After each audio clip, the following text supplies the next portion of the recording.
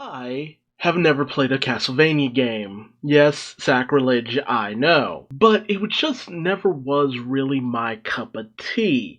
Or it never seemed like it would be. Now, I've seen plenty of other people play a lot of Castlevania games, specifically the 2D side scrolling adventures and all that. I mean, it looks pretty good, but I tend not to be that great at a lot of games, so I don't make too much of a note of playing. So, when the Netflix Castlevania series was announced, I was fascinated more so because of the animation style.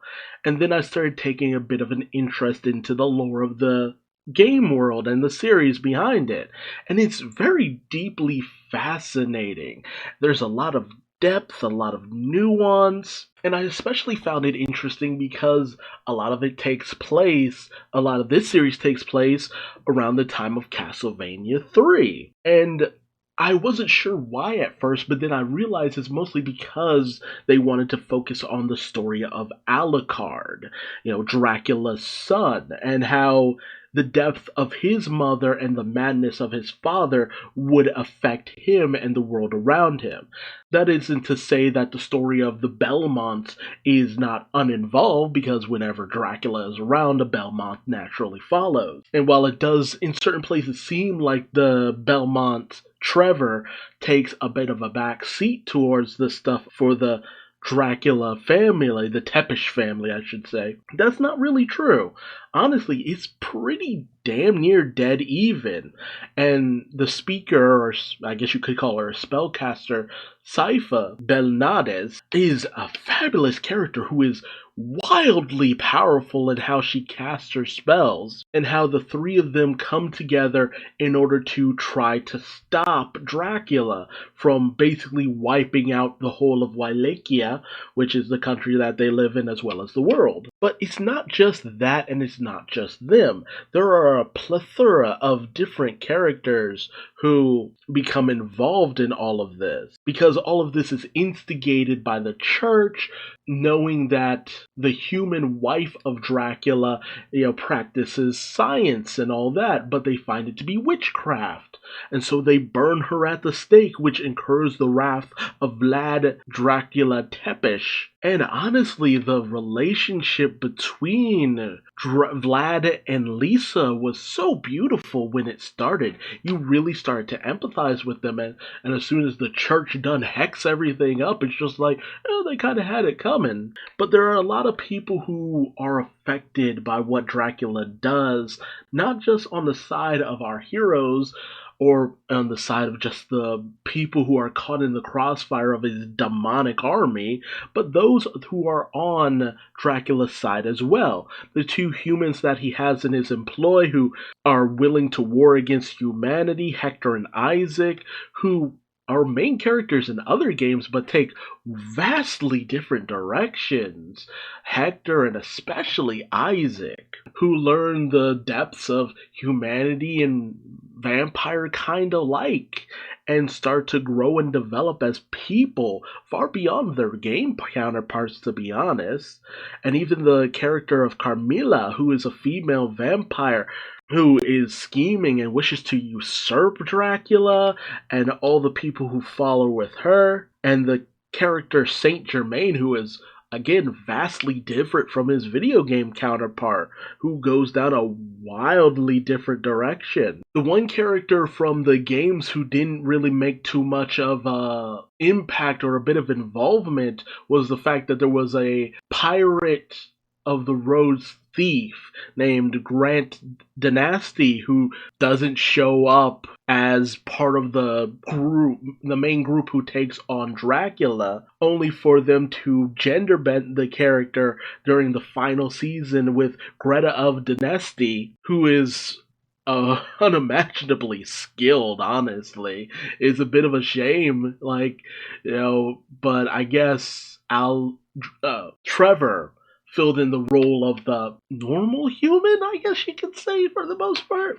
But honestly, she was a pretty fun character, and it would have been great to have had her from the beginning involved in the series. And with the information that there's going to be a follow-up series that'll focus on Richter Belmont, is fascinating to me because, again, the whole entirety of this series is so vastly different from the game world that I'm just curious as to where to go.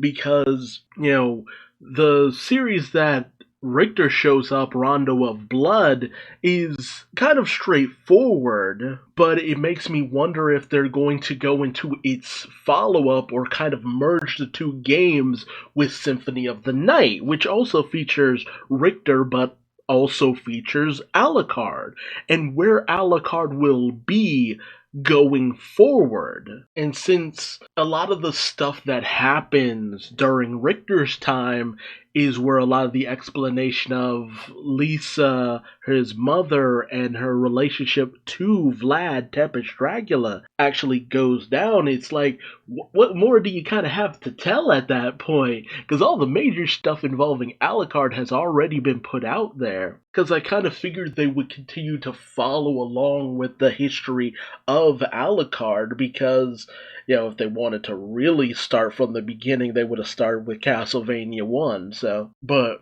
just, dude, the animation for this series is fabulous. It's far out. It really draws you in. It's bloody, it's gory, but it's beautiful all at the same time. The music, the arrangements are just to die for lack of a better term.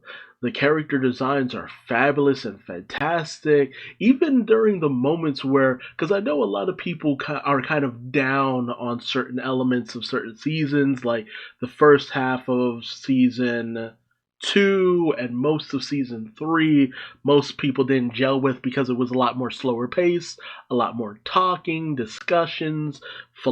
It took a more philosophical turn in terms of the nature of man and people and their desires, their wish, their wants, and the cruelties of their actions and all that. But I honestly kind of ate that up for the most part. Because I love me some character interactions. I mean, yes, bring the action when it's time for it, but they really brought a depth out of a series that sometimes didn't have the greatest amount of subtlety, as far as I could tell. But I'm really curious, especially from any Castlevania fans, how do you feel about the diversion that the Castlevania animated series took? Are you okay with it? Do you wish they had stuck more closely? Are you fine with them basically following the life of Alucard, more or less? Or would you have liked them to have actually seriously started from the very first Castlevania, basically taking the JoJo's approach and go over the life of each Belmont a little bit more faithfully? Or were you actually okay with the direction that they took, having it be more of an involvement from Alucard, since, I mean, the story of a father and his son and the things that they suffer with is really something else. So I'm interested to hear from you. Let me know your thoughts and feelings in the comment section below and your theories for the new Castlevania animated series to come. And if you like this video, please like, comment, subscribe, and hit the bell icon for notifications. And until next time, I've been Duuz-Diz-Din, and I will see you later. Bye-bye.